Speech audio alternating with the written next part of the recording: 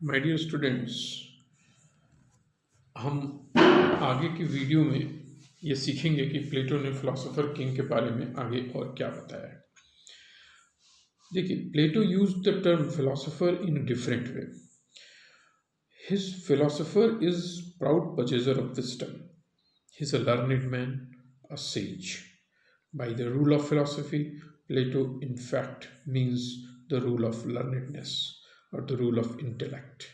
It is in this rule of intellect that the Socrates doctrine of knowledge is virtue is fully realized in its institutional form.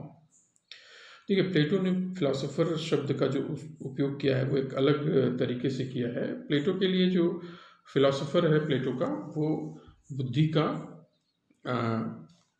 वो पजेजर है, मालिक है। वो philosopher proud पजेजर है कि उसके पास बुद्धि है। और he is a learned man, वो एक विद्वान व्यक्ति होता है, वो एक साधु भी है।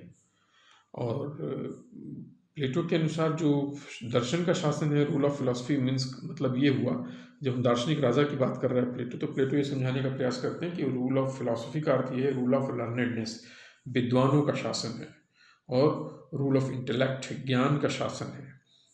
तो इस ज्ञान के ही शासन में, इस बुद्धि के शासन में, it is in this rule of intellect, प्रज्ञा के शासन में, that the Socratic doctrine of knowledge is virtue is fully realise. तो जब हमने आपको पिछले वीडियो में आपको ध्यान होगा हमने बात करी थी, तो मैंने आपको बताया था कि सुकरात ने कहा था कि नॉलेज इज वर्च्यू, यानी जो ज्ञान होता है वही सद्गुण है। तो सुकरात ने कहा था कि ज्ञान ही सद्गुण है। तो अब उस ज्ञान को कैसे प्राप्त किया जाएगा, तो प्लेटो ने फिलोसोफर का जो की अवधारणा जो प्रस्तुत की है, उसके प्लेटो के अनुसार उस ज्ञान के सद्गुण वाले भाग को समझने के लिए हम लोगों को ये जानना पड़ेगा कि प्लेटो ने दार्शनिक राजा की अवधारणा को विकसित किया है। तो उसका जो प्रमुख जो बेस पॉइंट है वो यही है कि सुकरात का जो सिद्धांत था, नॉलेज इज वर्च्यू, कि ज्ञान ही सद्गुण है, उसी को प्लेटो ने डेवलप किया है, सुकरात के इस पॉइंट को, और दार्शनिक राजा के रूप में लेकर आए हैं। और वह पूर्ण रूप से राज्य में कैसे स्थापित होगा, इंस्टीट्यूशनल फॉर्म में कैसे आ जाएगा, एक संस्थागत प्रकृति उसकी कैसे देखी जाएगी, ये हम लोगों को दार्शनिक राजा में समझ में आती है। To Plato, the ruler or government must be a lover of beauty, in the sense of admirer of real nature of beauty, the form or idea of beauty. तो प्लेटो के अनुसार जो शासक होता है या गवर्नर होता है, उसको सुंदरता का प्रेमी होना चाहिए।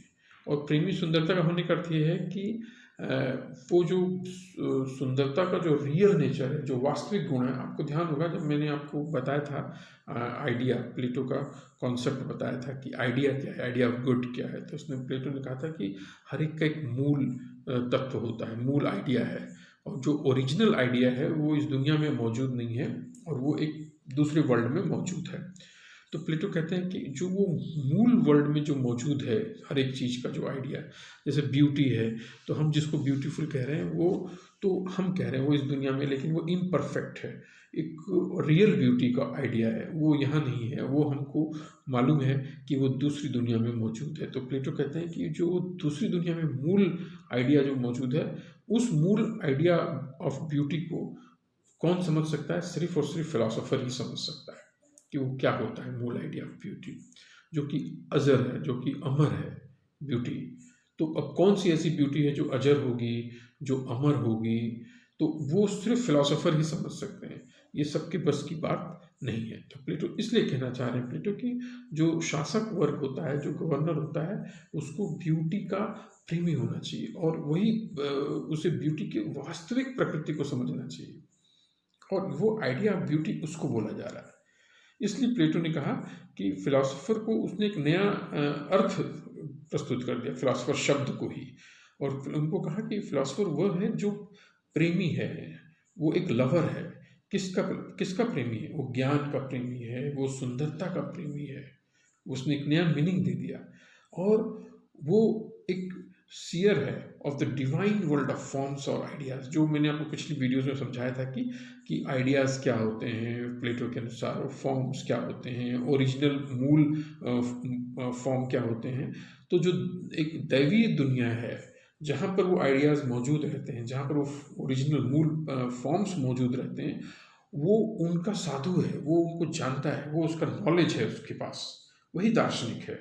तो इस प्रकार से प्लेटो कहते हैं कि ये जो फिलॉसफर है जिसको उस दुनिया के रियल नेचर के बारे में पता है, जो अजर अमर चीज़ों के बारे में जानकारी रखता है, वही जो है एक गुणात्मक राज्य की स्थापना कर सकता है, और उसका जो है वो एक गुणात्मक जो है निर्माता हो सकता है, गुणी निर्माता हो सकता है। बाकी किसी के अंदर ये ताकत नहीं है कि वो एक गुणी राज्य की स्थापना कर सके, जो सिर्फ फिलॉसफर ही कर सकते हैं। तो ये समझाया था प्लेटो ने। फिर हम पढ़ते हैं नेक्स्ट बुलेट पॉइंट में कि जितनी भी फिलोसॉफिकल राइटिंग्स हैं प्लेटो की, आप उसको अगर पढ़ेंगे ध्यान से तो उनका सबसे जो मौलिक अवधारणा जो निकल कर आती है वो फिलोसोफर किंग की ही निकल कर आती है। क्योंकि दार्शनिक राजा में ही, अगर आप इसको बहुत नज़दीक से अगर समझना चाहें तो शायद आप हम लोग अपने भारतीय संस्कृति में एक शब्द आता है राजर्षि का। तो राजर्षि को जब आप समझते हैं तो वो राजर्षि किसे कहा जाता है कि राजा है और ऋषि दोनों के गुण उसके अंदर मौजूद हैं। वो राजा भी है और ऋषि भी है, इसलिए आप राजर्षि एक शब्द आता है। तो राजर्षि वो होता है कि जैसे राजा जो होता है वो ड्रेस में तो किंग है, खाने पीने में वो किंग की तरह व्यवहार करता है, लेकिन वो एक ऋषि की तरह निस्वार्थी है, अनसेल्फिश है, और अपने दिमाग में और दिल में वो एक साधु की प्रवृत्ति रखता है। जैसे आपको राजा जनक के बारे में बात की जाती है, अगर आप लोग पढ़ते हो तो मालूम होगा कि राजर्षि की तरह देखा जाता है उन्हें, क्योंकि वो राजा भी थे इस दुनिया में और वो नहीं भी थे। तो वो कहते, तो ये चीज़ जो ये सबके अंदर ये गुण मौजूद नहीं होते हैं, लेकिन प्लेटो लगभग दार्शनिक राजा की जब स्थापना करते हैं उस अवधारणा को, तो वो राजर्षि के नज़दीक की अवधारणा है। ये मैंने आपको इसलिए यहाँ पे बता दी कि आप दार्शनिक राजा को पढ़ें तो आपको शायद समझ में आ जाए कि राजर्षि की जो अवधारणा है वो इसके आसपास की, लेकिन वो प्योर राजर्षि की अवधारणा नहीं है, ये भी मैं बता देता हूँ आपको। क्योंकि फिलोसोफर किंग के अंदर प्लेटो कुछ और ढूंढ रहे हैं, और हम लोग जो राजर्षि की अवधारणा पढ़ते हैं, राजर्षि के बारे में सुनते हैं, वो कुछ और अलग चीज़ है, लेकिन मिलती जुलती है। फिर आप पाएंगे कि प्लेटो का जो ये फिलोसोफर किंग की अवधारणा है, दार्शनिक राजा की अवधारणा है, वह काफ़ी ज़्यादा विस्तृत रूप से और बहुत ही अच्छे ढंग से एक योजनाबद्ध तरीके से इसको प्रस्तुत किया गया है। और वो प्लेटो ने इसलिए प्रस्तुत किया कि अपने समय की जो समाज था जिसको देख रहे थे, तो उसको कि वो खराब हो रहा था, करप्ट हो रहा था, तो उसको कैसे बचाया जा सके, उसके पतन से कैसे बचाया जा सके, उसकी मृत्यु से कैसे बचाया जा सके। तो ये इस तरीके का एक अवधारणा उन्होंने प्रस्तुत की।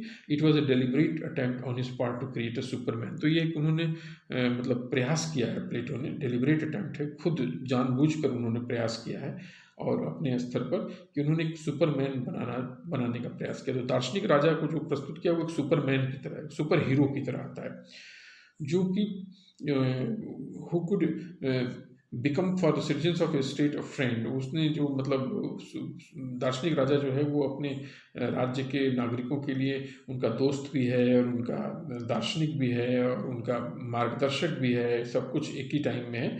और साथ ही साथ वो व्यक्ति जो है वो एक साधु की ज़िंदगी गुजारता है, बहुत ही साधारण सी ज़िंदगी गुजारता है, और उसके अंदर बहुत सारे गुण होते हैं, और उन गुणों से लोग प्रभावित होते हैं, और नागरिकों के अंदर एक कॉन्फिडेंस आता है। नागरिकों के अंदर एक कॉन्फिडेंस आता है, और उस कॉन्फिडेंस से, उनके व्यवहार से, दार्शनिक राजा के व्यवहार से समाज को जो है एक बल प्राप्त होता है।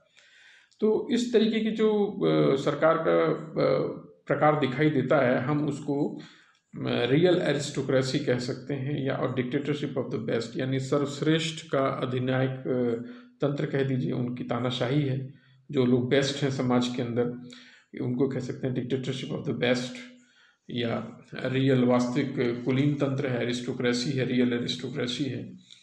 आप इसको पुकार सकते हैं कि एक वर्ग है, जो कुछ लोग हैं ऐसे जो पूरे समाज पर अपने बुद्धि के अनुसार शासन करेंगे। तो फिलोसफर किंग को के शासन को आप चाहे रियल एरिस्टोक्रेसी पुकार लीजिए, चाहे डिक्टेटरशिप ऑफ द बेस्ट पुकार लीजिए, लेकिन प्लेटो के अनुसार यही लोग जो हैं वो समाज में प्राप्त व्याप्त बुराइयों से बचा सकते हैं। फिर ये प्लेटो के दार्शनिक राजा के सिद्धांत में ये है कि इनके ही जो रूलिंग क्लास है, जो शासक वर्ग बनता है दार्शनिक राजा का, इनकी ही इंटीग्रिटी पर, इनकी ही जो मतलब चरित्र है उसके ऊपर एक अखंडता है, जो उनकी इंटीग्रिटी, जो उनका विश्वास है, इस पर ही हमारे पूरे समाज के लोगों के कल्याण जो है वो निर्भर होते हैं। क्यों? क्योंकि दार्शनिक राजा जो होता है वो अपने they give up all personal wealth. वो प्लेटो ने अपनी अवधारणा में स्पष्ट कर दिया है कि जो दार्शनिक राजा रहेगा उसका कोई भी निजी संपत्ति नहीं रहेगा, उसका कोई निजी परिवार नहीं रहेगा, और उसको जो है शारीरिक सुखों से उसे वंचित रखना पड़ेगा, और इस तरीके की चीज़ें उन्होंने बताई हैं। और ये इसलिए उसने कहा कि जो संपत्ति होती है, पैसा होता है, ज़मीन होती है, और परिवार होता है, और या कोई शारीरिक सुख के लिए जब हम देखते हैं तो हम पाते हैं कि शासक वर्ग दुनिया में करप्ट इन्हीं वजह से हो रहा है। क्योंकि जब उसके जीवन में ये चीज़ें इंपॉर्टेंट हो जाती है कि उसे अपना परिवार इंपॉर्टेंट लगने लगता है, तो राज्य को वो पीछे छोड़ देता है, या उसे लगे कि हमें अपनी संपत्ति बढ़ानी है, पर्सनल संपत्ति बढ़ानी है, तो वो फिर राज्य को पीछे छोड़ देता है। या उसे लगेगा कि नहीं, मैं ज़्यादा अच्छा खाऊं, ज़्यादा अच्छा पहनूं, ज़्यादा अच्छा सोऊं, मतलब अपने बॉडली प्लेजर्स को बढ़ाना शुरू कर देता है।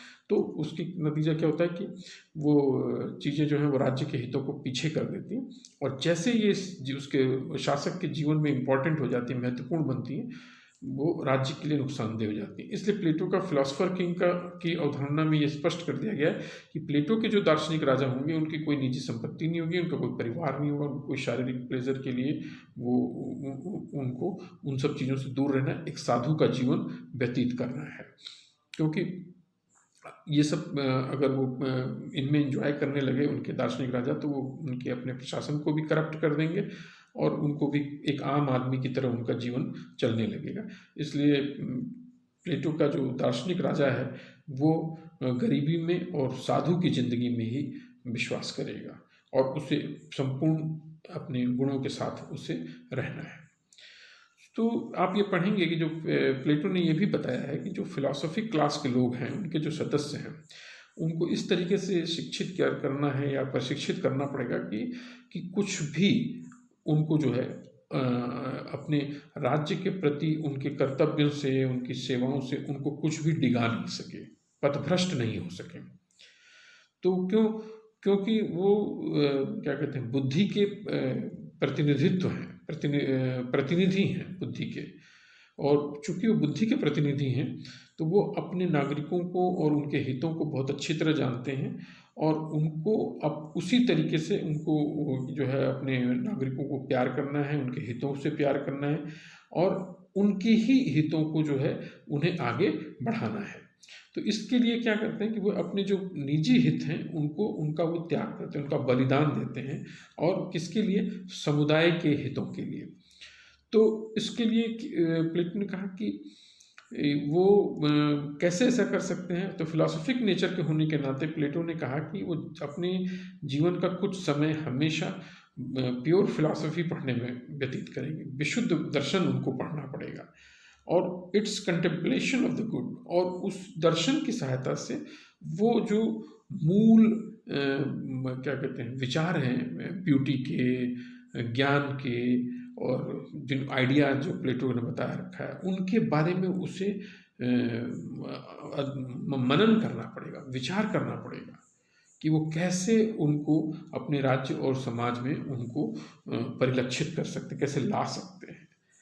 तो उसने प्लेटो ने कहा कि जो दार्शनिक राजा हैं वो उनको हमेशा अपना जो है इन बातों का ध्यान रखना है कि इतना समय उसमें व्यतीत करना है, दर्शन का अध्ययन करना है, और उसके अनुसार, अपने ज्ञान के अनुसार उनको राज्य में अपनी सेवाओं को प्रदान करना है।